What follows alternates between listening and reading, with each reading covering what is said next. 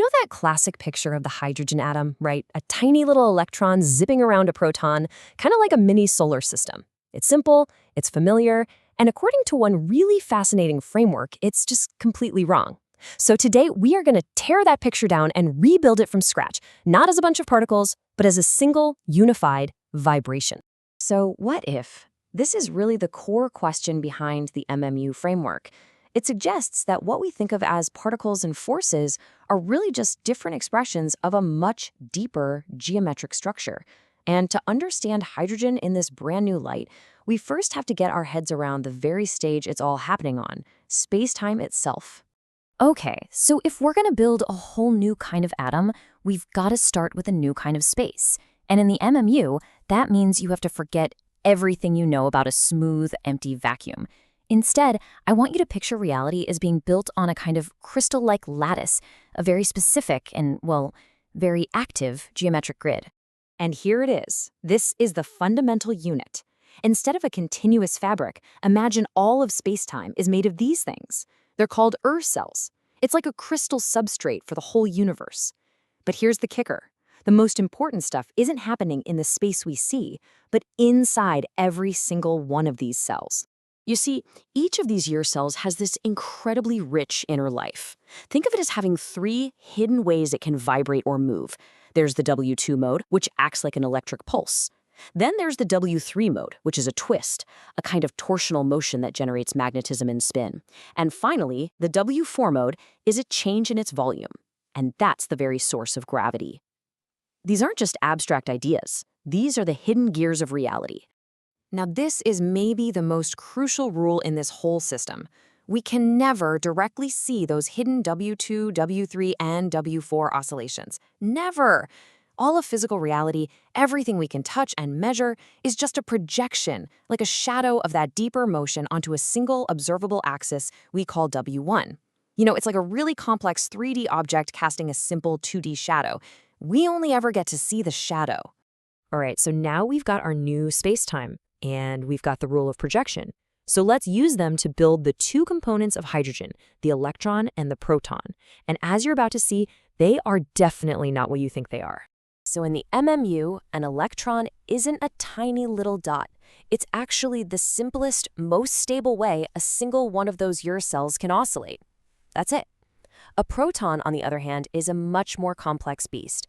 It's a synchronized, geometric buzz involving multiple cells all phase-locked and vibrating together. You see? They're both just different patterns of vibration in the exact same underlying lattice. And this just perfectly illustrates the shift in thinking. We're going from a solar system model to something more like a coupled tuning forks model. But okay, if the electron and proton are just 2 different vibrations, how do they, talk to each other?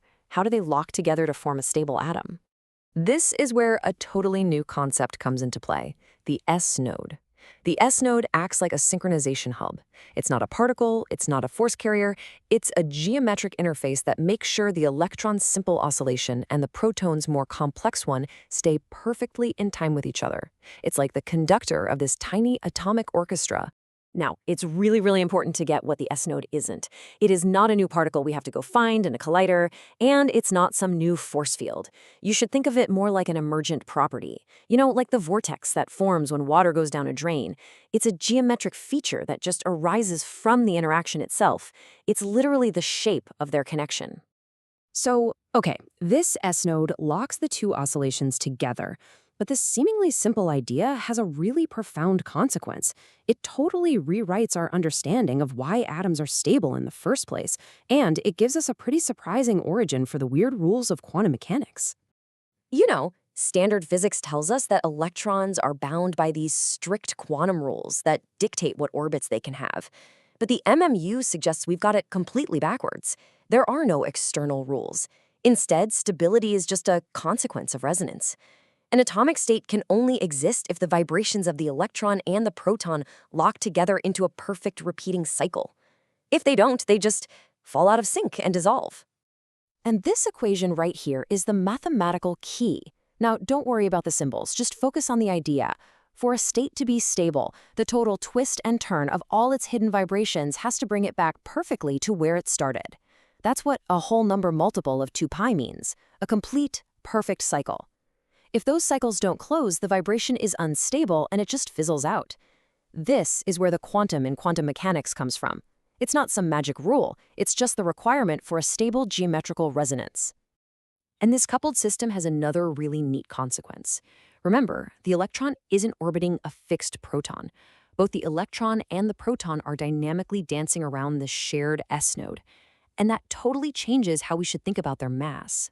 See, in standard physics, when you're calculating an electron's orbit, you have to add this little mathematical fudge factor called reduced mass to account for the fact that the proton isn't perfectly still. But in the MMU, there is no fudge factor. Because both the electron and the proton are oscillating around a shared center, the only inertia that actually matters is the inertia of their relative motion. Reduced mass isn't some correction you add in later. It's a fundamental property that emerges naturally right out of the geometry of the system. Okay, this is the big one. This is the payoff. We have a stable, quantized system. But where are those familiar orbital shapes? The spheres and the dumbbells that literally define all of chemistry? First things first, forget the idea of orbitals as these fuzzy clouds of probability where an electron might be. The MMU offers a much more direct and frankly more beautiful geometric explanation.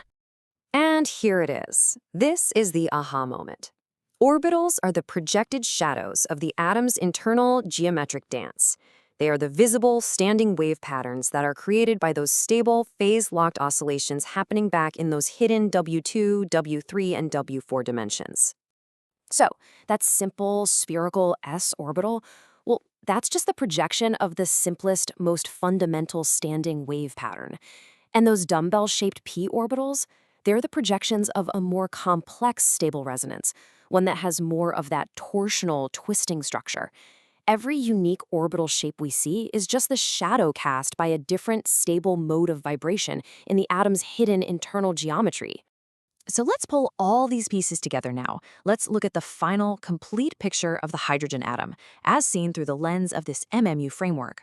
So let's recap. The MMU hydrogen atom is not one particle orbiting another.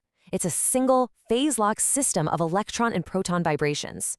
Their intricate dance is synchronized by a geometric interface called the S node. From this shared dance, the concept of reduced mass just emerges automatically. And the atomic orbitals we observe are nothing more than the projected shadows of the system's hidden stable resonances.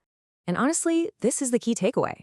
This idea transforms our view of the atom from a collection of separate parts that are interacting through forces into a single, indivisible, coherent geometric resonance. It's just one unified thing, vibrating in a stable pattern. This whole new picture of hydrogen leaves us with a pretty profound question, doesn't it? If the atom is just a shadow of a deeper reality, what else is? It suggests that maybe, just maybe, the entire universe we measure and interact with is simply the beautiful, complex projection of a hidden geometric engine that's running the whole show.